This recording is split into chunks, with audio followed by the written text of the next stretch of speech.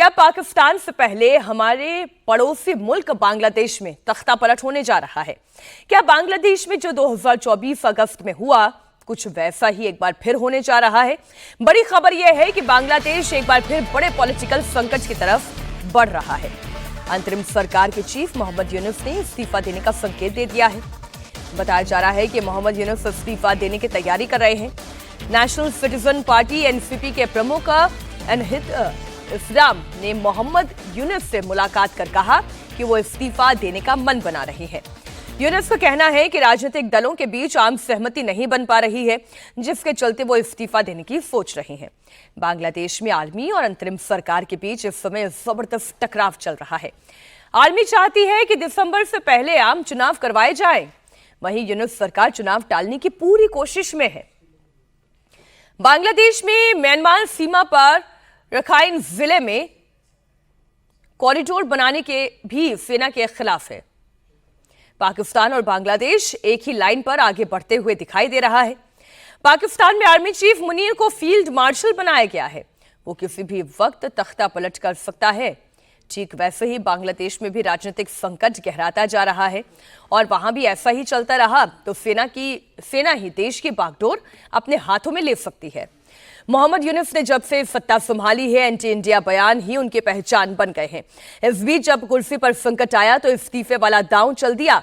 मोहम्मद यूनुस इस्तीफे के लिए क्या दलील दे रहे हैं, ये अब आपको बताते हैं।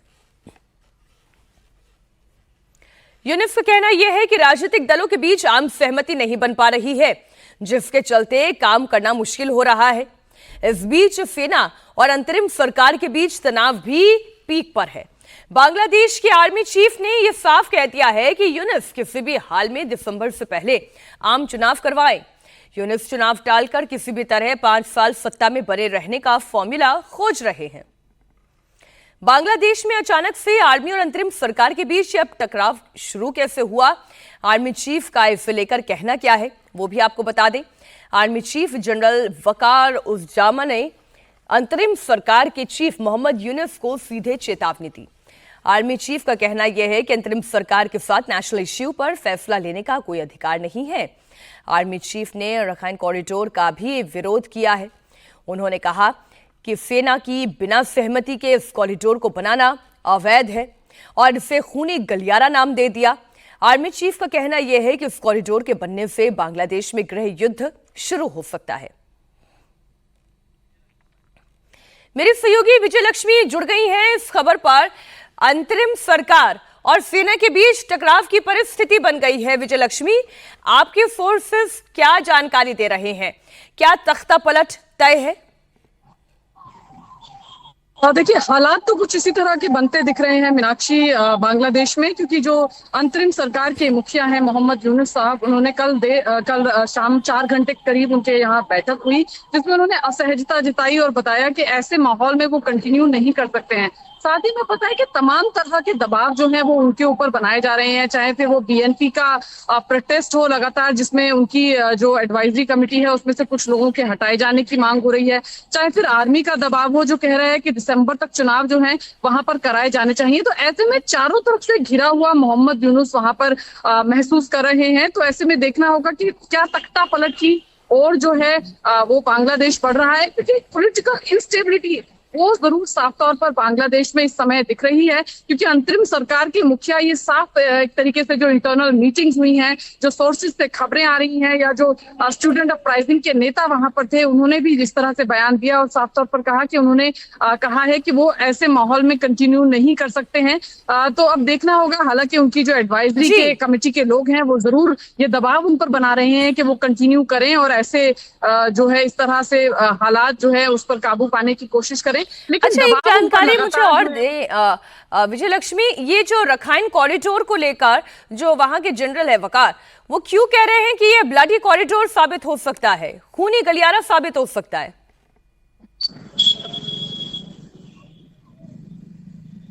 देखिए, ये तमाम चीजें हैं, ये कॉरिडोर हो या बाकी तमाम तरह के या जियोपॉलिटिकल जिस तरीके से डेवलपमेंट हुआ है मीनाक्षी, ये तमाम चीजें जो हैं एक तरीके से दबाव मोहम्मद यूनुस पर जो है वो बनता जा रहा है और बढ़ता जा रहा है। जिस तरीके से आर्मी ने भी कहा कि दिसंबर में इलेक्शन वहां पर होने चाहिए, और जो तमाम जो वहाँ की पॉलिटिकल पार्टीज हैं, बीएनपी हैं, तमाम जो राजनीतिक दल हैं या संगठन है, वो भी इस तरह का दबाव बना रहे हैं। इस तरह की भी बात की जा रही है कि जो मौजूदा इलेक्शन कमीशन है उसका भी दोबारा से गठन किया जाना चाहिए, तभी जो है फेयर इलेक्शन जो है वो हो सकते हैं। ठीक, बहुत शुक्रिया विजयलक्ष्मी आपका पूरी जानकारी के लिए।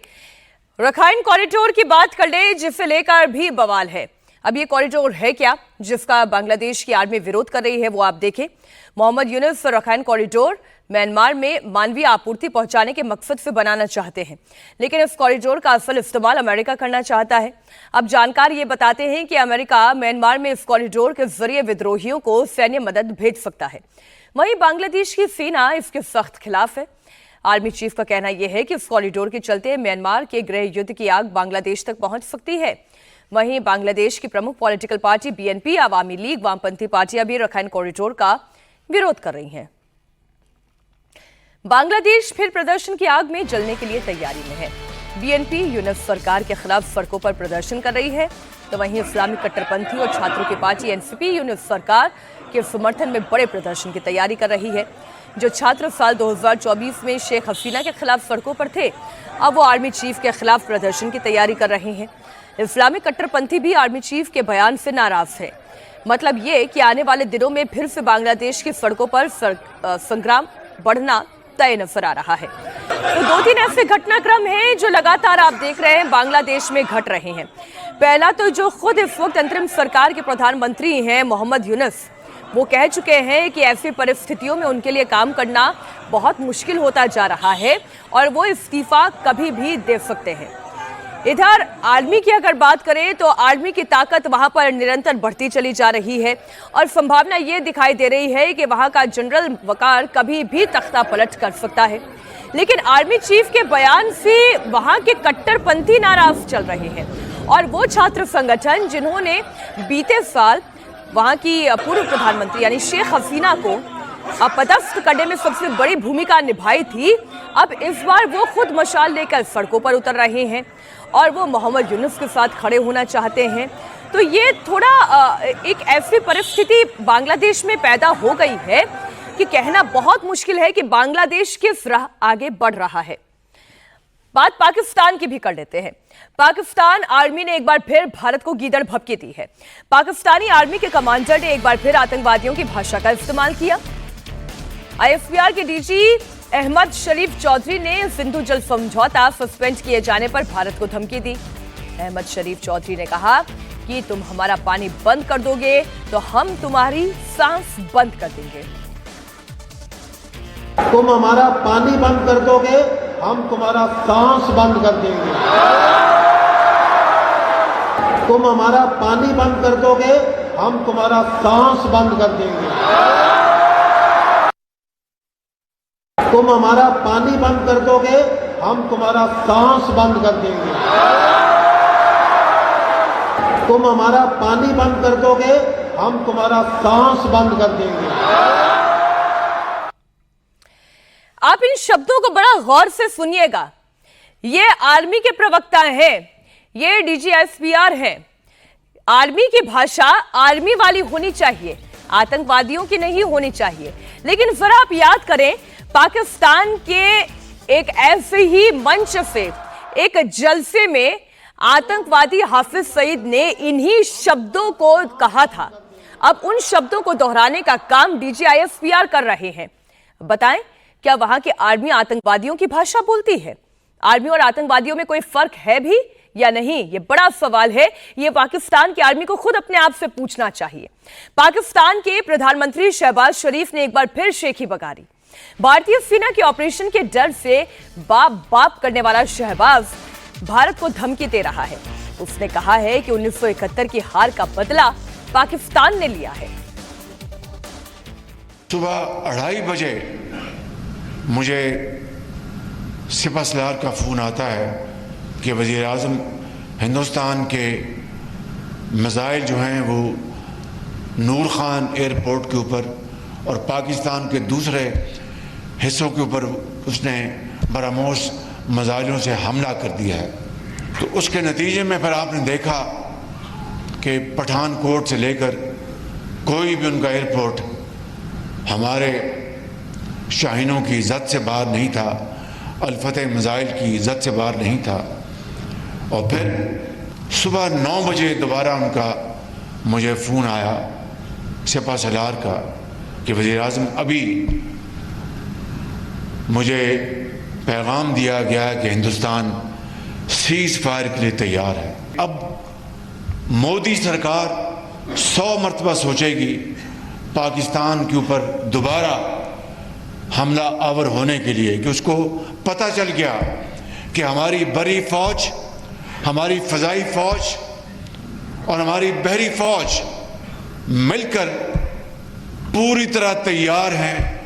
और जिस तरह इन 4 दिनों में 6 तारीख से लेकर 10 तारीख तक जो हिंदुस्तान को सबक सिखाया गया, मेरी नज़र में 1971 की शिकस्त का अल्लाह ताला ने बदला लिया है आज इस मौके के ऊपर। शहबाज शरीफ अपनी शाहीन, अपने अल फतेह की बात कर रहे थे। हिंदुस्तान के एयर स्पेस में आते ही कैसे वो धुआं धुआं हो गई, वो अपनी आवाम को बताना नहीं चाहते, क्योंकि बताएंगे तो शर्मिंदगी होगी तो तख्ता पलट हो जाएगा।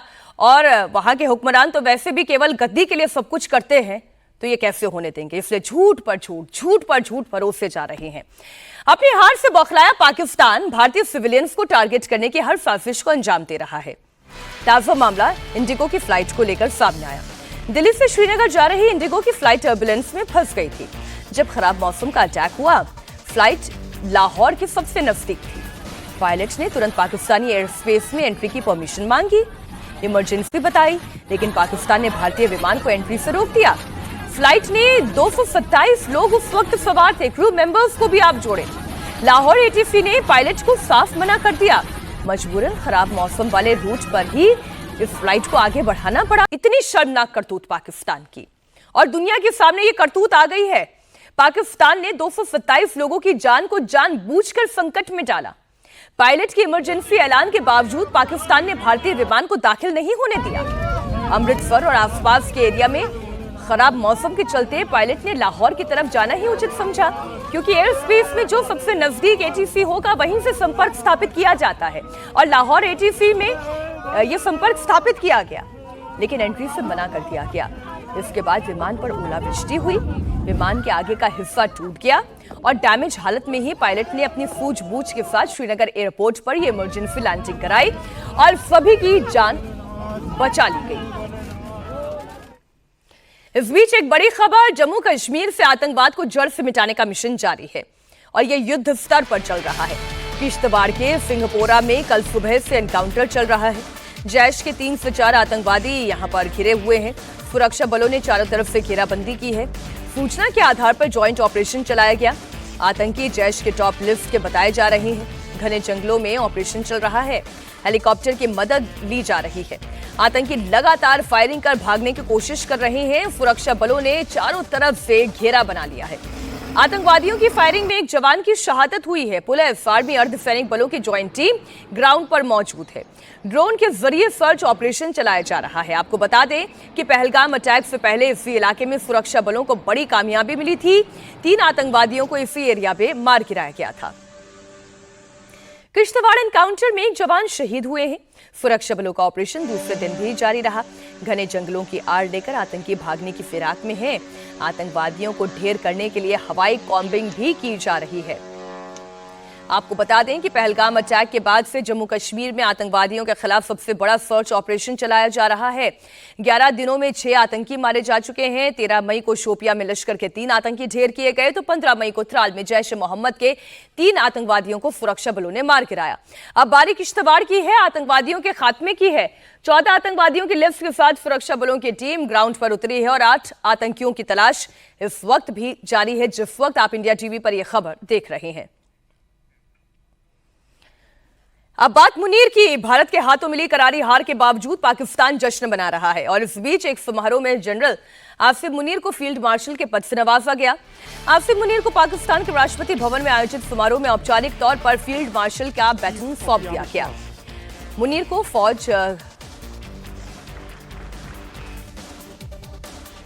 आपको जानकारी देते हैं, आसिम मुनीर को भारत की सेना, वायुसेना, हमारी नौसेना ने जमकर सबक सिखाया।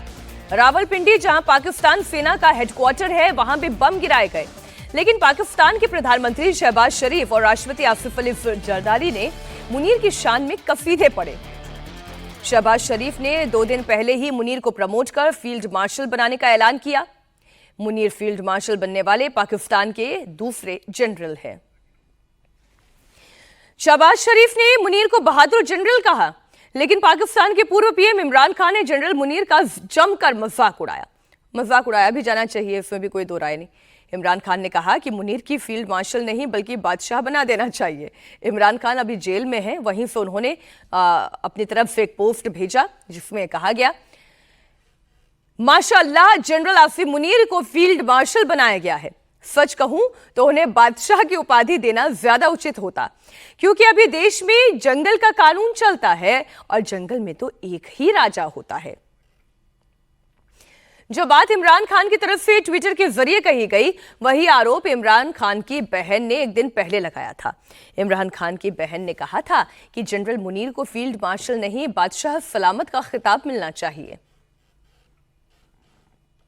इमरान खान को पता चला कि कल खबरों में शायद आया होगा कि उन्होंने फील्ड मार्शल का खिताब हुकूमत ने दिया उन्हें, तो उन्होंने कहा देखें जिस मुल्क में जंगल का कानून हो तो उसके अंदर फील्ड मार्शल नहीं फिर बादशाह सलामत का खिताब होना चाहिए, क्योंकि यहाँ पे जंगल का कानून है, जंगल का बादशाह होना चाहिए, तो ये फील्ड मार्शल काफी नहीं है।